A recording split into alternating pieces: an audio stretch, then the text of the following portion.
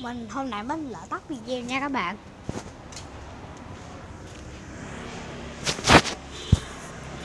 Mình đi vòng vòng nhà mình chơi.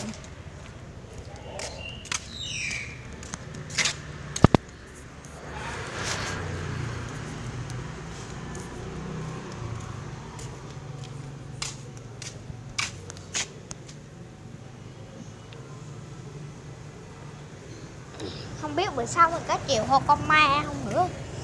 Mình không biết mình có nghĩ sao.